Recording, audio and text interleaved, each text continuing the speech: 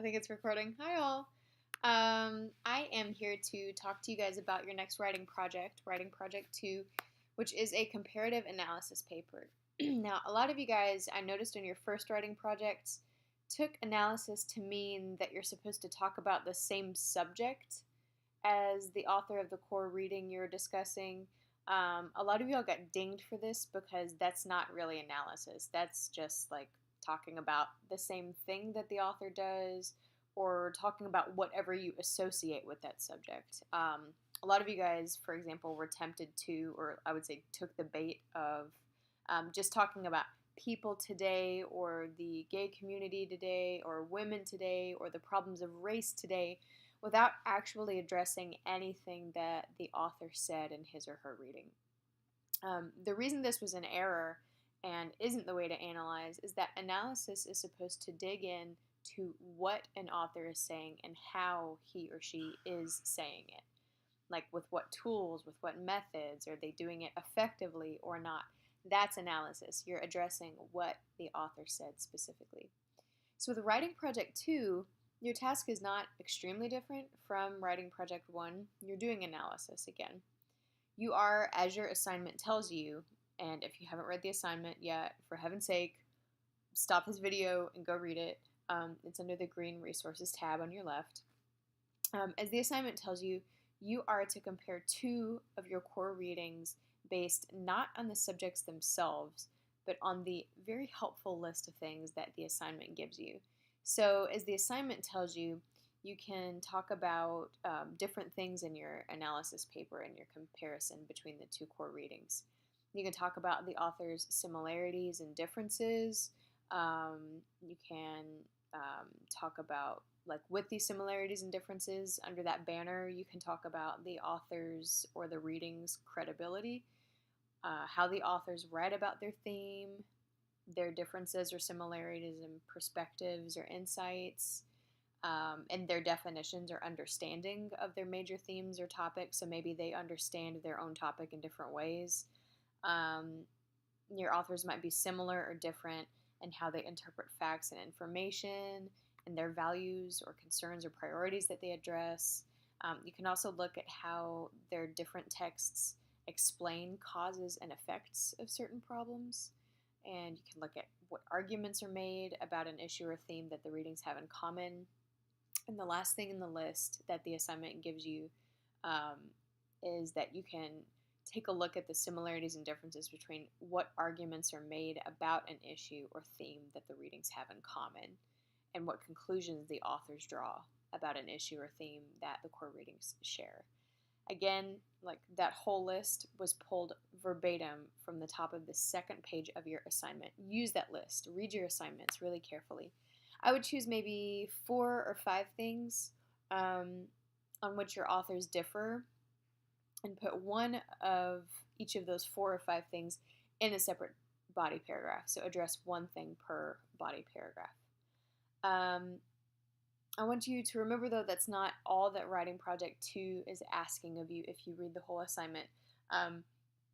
You're also asked this time to bring in just one outside source to help you discuss these core reading similarities and differences. On that same page of your assignment that big long list of what you can analyze is on page 2, you're again given another great list of what to look for in an outside source and how you might use that source to discuss your core readings. The list notes that you can use a source that talks about one of the core readings or one of the authors of the core readings.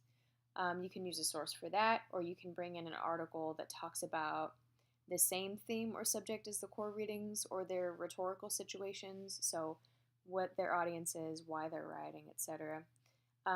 You could also bring in another reading by one of the authors to provide a point of comparison. Like, this author writes about the subject in this way, this author writes about the subject in another way, and here's another reading by this author in which he's doing the same thing. So you could do that. Or lastly, you can bring in another point that neither of the core readings raises, even if they're talking about a particular subject. But this extra reading does raise a useful point that these authors don't address. Any of these reasons is a great one to use an outside source for this writing project. Okay, so I'm almost done. I just want to say a few more things, one about structure and a few more things about general good habits of good students. Structurally speaking, the most successful comparative analyses I've seen have done the following in order. One, they introduce the authors and their works by full name and title in the first paragraph. No pussyfooting there. No, like, let's talk about gay rights for a little while before we introduce the authors that talk about gay rights. No, just in Gina Rosero's video or in her TED Talk, name it, she talks about this. In Eliel Cruz's The Myth of Christian Discrimination, he talks about this, like, get right down to business. The second thing that I've seen successful comparative analysis papers do is that they state the similarities first. So they state the primary ways in which the authors are similar, kind of to get it out of the way. Often students with successful papers like comparative analyses, they make the author similarities part of their introduction, and they don't spend more than 1 or 2 paragraphs on these similarities. Third thing is that when the summary is done, they'll move on and spend most of the paper, way more than the similarities part. They spend most of the paper on the differences between the authors. You are more likely than not to find more differences than similarities between your authors, and I think that the differences are really where the most interesting discussions are to be had anyway. Fourth, successful papers have most often discussed only one difference between the authors per paragraph. So just 1 point of comparison, 1 point of contrast per paragraph. You could feel free either to discuss one author and then another on the same point in the same paragraph, or talk about one author and the point that they raise in one paragraph, and then the other author and what they say on that point in the next paragraph. So for example, if you want to write a paper comparing and contrasting Martin Luther King Jr.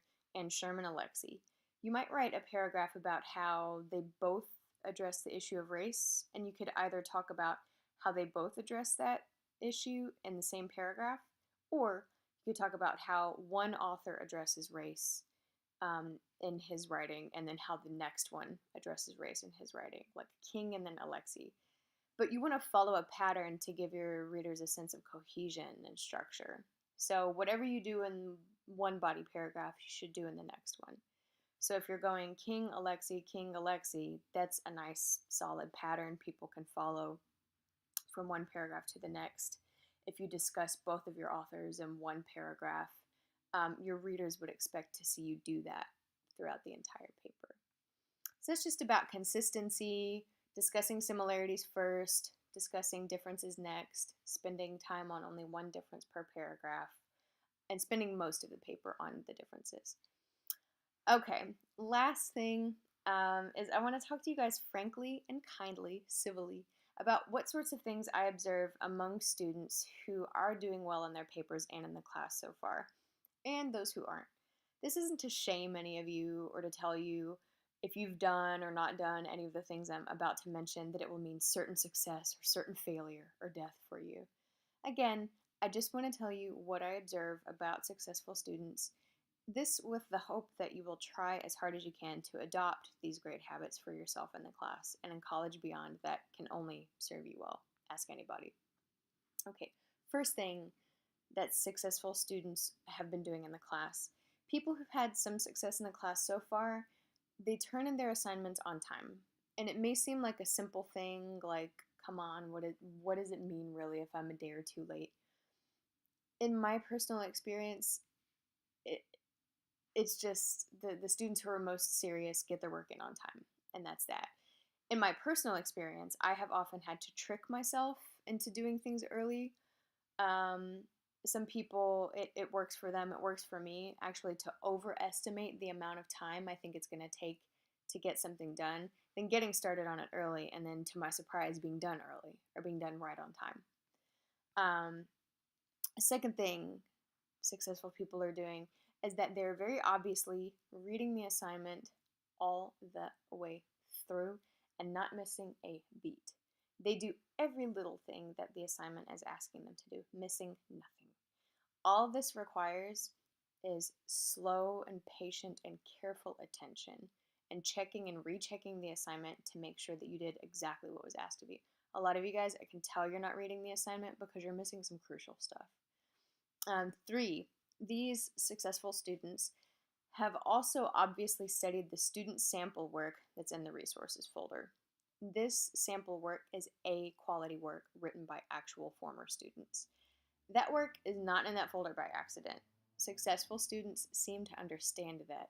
If they study the work and try to do what it does well, they too stand a better chance of writing an A paper.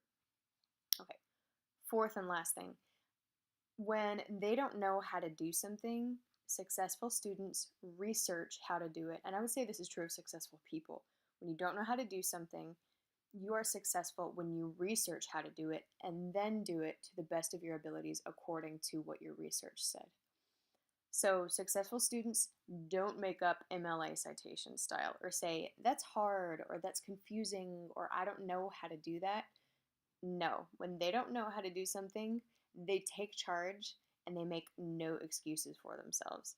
When they don't know how to do something, you can believe that they're nose deep in their textbook or in YouTube or in Google or emailing me, all in the name of getting the most correct answers and figuring out these things for themselves.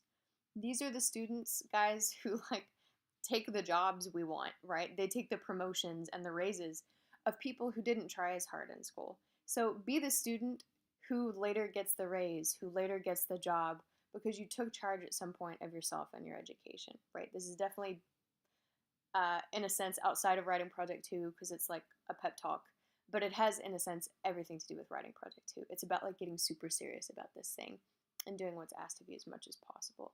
So take charge. Be one of those people, please. I'm here to help you out with Writing Project 2, whatever else you may need going forward. I hope that you'll reach out if you need me. Good luck with this 2nd out of 4 papers already. Bye, guys. Have a good night.